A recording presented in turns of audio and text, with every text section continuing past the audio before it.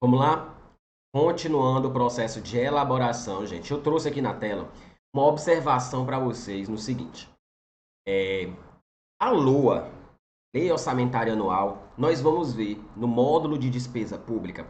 E quando a LOA é publicada, gente, os gastos, eles não são publicados, eles não são pormenorizados na LOA até o nível máximo, ou seja, a gente não classifica dentro da LOA até o nível de elemento.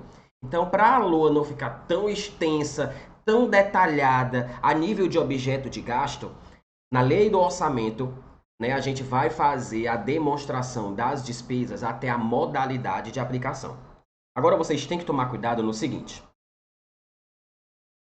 A Lei 4.320, ela afirma que a classificação da despesa no orçamento se dará, no mínimo, até elemento. Aí nós temos a portaria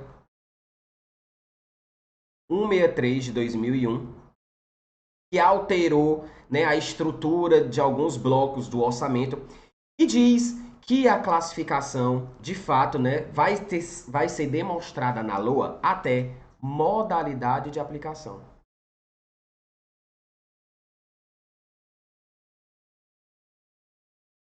Professor, como é isso?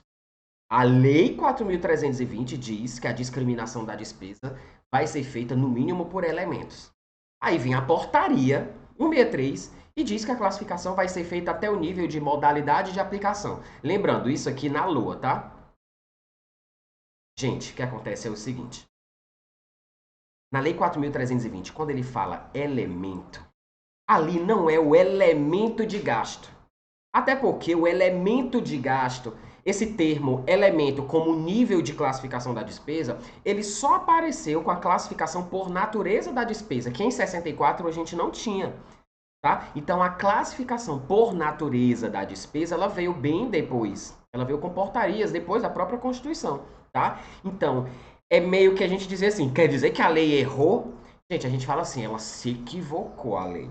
Então, gente, esse elemento que é mencionado na Lei 4.320, se a gente for colocar hoje, olhando para o grupo das despesas, para a categoria econômica, para a própria classificação da despesa por natureza, esse elemento aqui para ela é como se fosse o grupo de natureza da despesa. Ou seja, esse elemento é como se fosse um desdobramento simplesmente da categoria econômica. Ou seja, vai ser feito até o nível de grupo. Tá? Professor, e na prova você vai marcar, se for igual a 4.320, né? Conforme a lei 4.320, você vai marcar que a discriminação da despesa far-se-á, no mínimo, por elementos, do jeito que está na 4.320. Mas vocês saibam que hoje, na prática e conforme os manuais, a LOA só é publicada até o nível de modalidade de aplicação. Ou seja, lembram, né, daqueles dígitos? Dígito 3, despesa corrente. Dígito 4, despesa de capital. Então, eu vou pegar aqui um código fictício, tá? 3.390. O que é isso? Vamos lá. Dígito 3 é uma despesa corrente. Começa com dígito 4, despesa de capital. Segundo dígito 3. O segundo dígito é o quê? É o grupo, lembra? Grupo de natureza da despesa. O que é o dígito 3? Lembra que eu coloquei? 1, 2, 3 corrente, 4, 5, 6 capital. Dígito 3 é o quê? Outras despesas correntes. Então, ó, já deu para prestar atenção aí, né? Se o segundo nível é 3, é outras despesas correntes.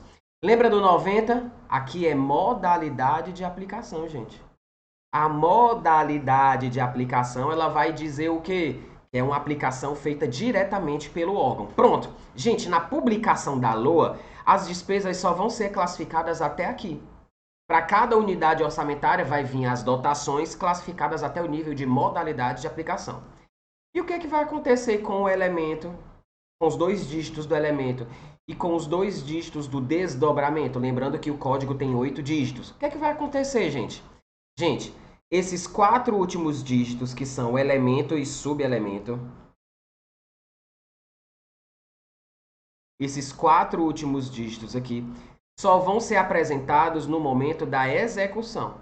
Então, na hora de executar o orçamento, durante o exercício financeiro, lá no sistema que vocês vão trabalhar, né? Quem trabalha com CIAF, governo federal, nível estadual, dependendo de cada sistema, eu trabalho aqui no FIPLAN. No TJ da Bahia, nós usamos o FIPLAN. Na verdade, o estado da Bahia usa o FIPLAN.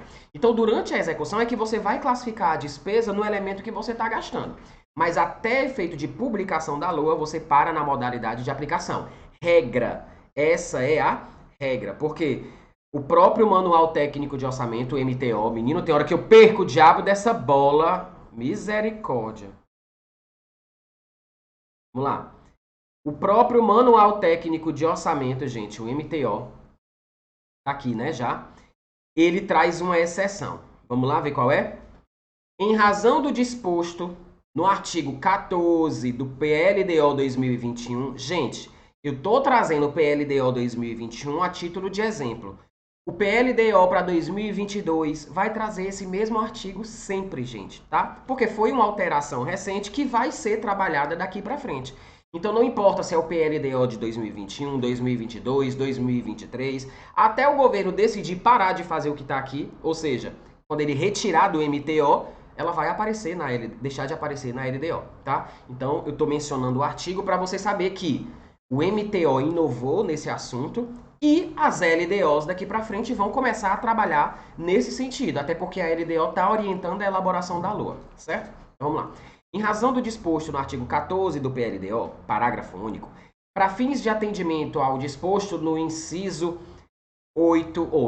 13 do anexo 1 da referida lei, ou seja, da LDO, é necessário detalhar em nível de subelemento da despesa os gastos previstos com tecnologia da informação e comunicação, ou seja, os gastos com a TIC, né?